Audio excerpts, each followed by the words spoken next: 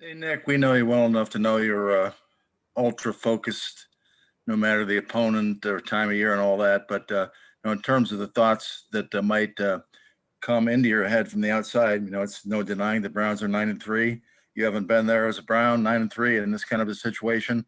What? How do you kind of process through the fact that the Browns are not just on the periphery right now, but a legit contender? Just got to keep it going. Got to do what we've been doing, which is working every day and every week, and keep that momentum rolling. Don't change anything. Stay who we are and keep working.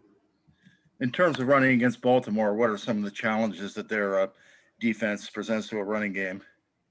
I mean, they're a great defense. They have a lot of big guys up front, a lot of experience, and big guys, smart on the back end too, and also the guys in the middle. So I mean, they're a great team. Be a great challenge for us, but we look forward to it. Thank you, Steve. Next up is Nate Orr. Hey, Nick, what did the Ed Block Award mean to you for your teammates to vote you that recipient? Yeah, it meant a lot. It definitely meant a lot for me. The team sees the work I put in, and they see how I work every day. And I'm glad that they acknowledge it, and I'm glad they appreciate me enough to, allow me to win the award. Did you have confidence right from the very beginning that you would be able to bounce back the way you did? And if you did, where does that mental toughness come from? Yeah, I knew I'd be great. The Browns have done a great job of taking care of guys who've been hurt here. And Anthony Trim, he was got really I work with every day, so he did a great job of taking care of me and getting back on the field. But I mean, it came from I think from injuries in the past that I've had that are way much worse than anything I've done as of lately. So I think that gave me the mental strength to know that I can overcome anything. Thank you, Nate. Daryl Ryder, you're up next. Hey, Nick, as you guys move through the month of December now, each one of these games becomes even more important as you make your run for the playoffs. Your next two games are in prime time. You're going to get a lot of national television exposure and attention and stuff like that. Just, from your perspective, how excited are you for that opportunity and just, you guys as a team, your ability to handle that spotlight? Yeah, we're all excited. I mean, I can't lie and say that I enjoy night games more than the morning games. So, like, to get over and get back home. But I'm excited for what we have going here. I'm excited for the fans to get to watch prime time. I mean, I'm excited for all of it. Thanks, Daryl. Scott Petrick, go to you. Hey, Nick. How do you think you guys have changed since week one in Baltimore? Well, I think that was a great learning experience for us. I think we learned that we got to keep working. We weren't as good as we wanted to be during that time, even though we might have thought we were a little better than before that. But I think we just learned we got to eliminate all the errors, don't turn the ball over, and go out there and play hard every snap. It seems like a loss, whatever it was, 38-6. Like, that could be jarring out of the gate. But then you guys responded by winning the next four. So how were you able to kind of keep the right attitude? I mean, we just learned from our mistakes from that game, and I think after that happened, we didn't want to fall back into like last year. We got beat like that, so we was like, we're not gonna let that happen. So everybody had their mindset on that to not let what happened last year happen again after getting beat by Tennessee last year in the opener. Thank you. Thank you, Scott. Next is Mary Kay Cabot. Yeah, we've talked to you a little bit about your relationship with Kareem, but what makes it about you guys that you are such close friends and that you have good chemistry on the field, but what is it about him maybe as a person that has enabled you guys to get so close off the field as well?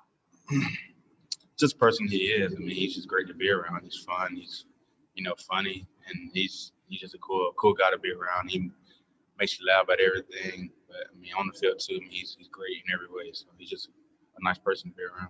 Does he draw you out a little bit since you're sort of quiet? And do you enjoy having people like that kind of, bring you out of your quietness a little bit?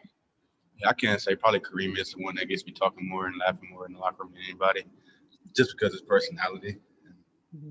So yeah, I mean, but I do enjoy that, hanging out and laughing with him, cutting up a little bit. Okay, thank you. Thanks, Mary Kay. We'll go back to Steve Dorshik.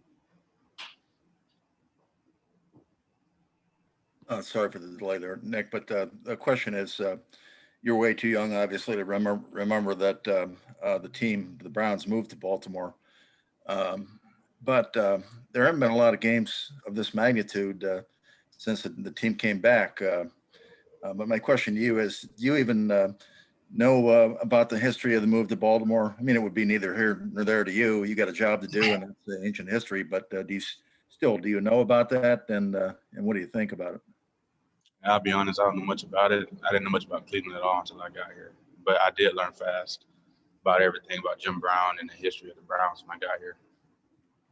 But I still don't know that much. Thanks. Thanks, Steve. Marla Ridenour has her next question. Yeah, Nick, one more thing about the prime time.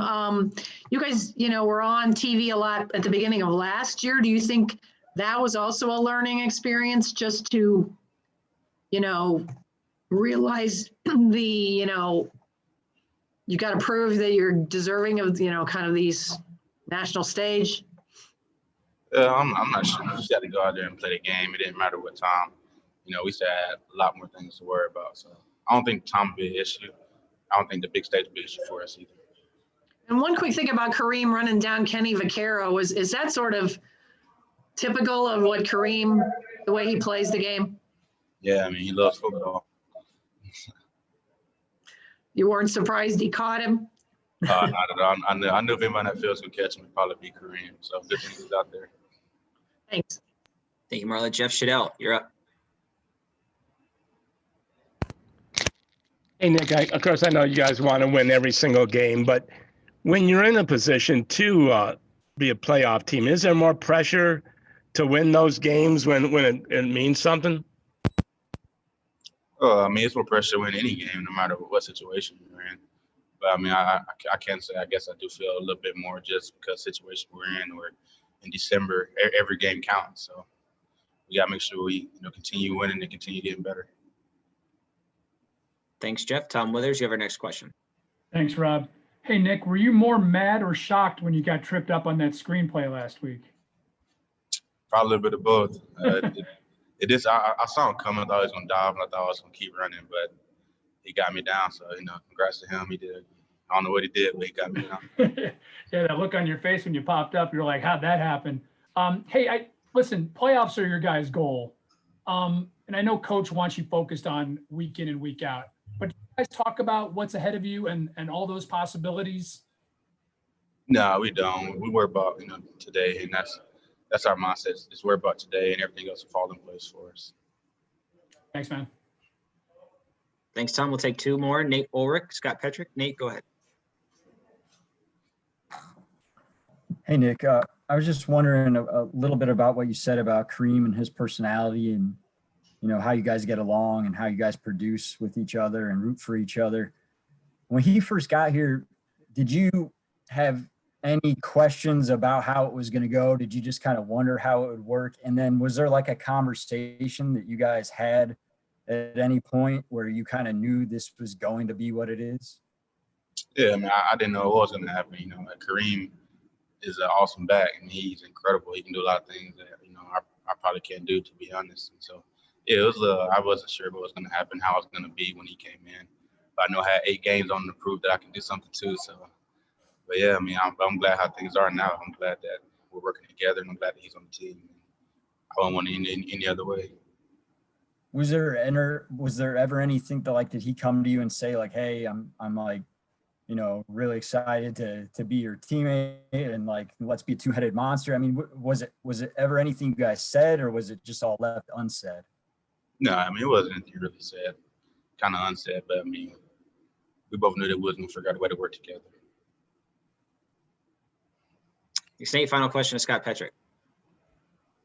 Hey, Nick, when we talked to Stump last week, he said he knew that both you guys are going to get 1,000 yards this season. I know you don't pay super close attention to stats, but are you keeping a pretty close eye on what Kareem's doing as he's trying to get 1,000 yards?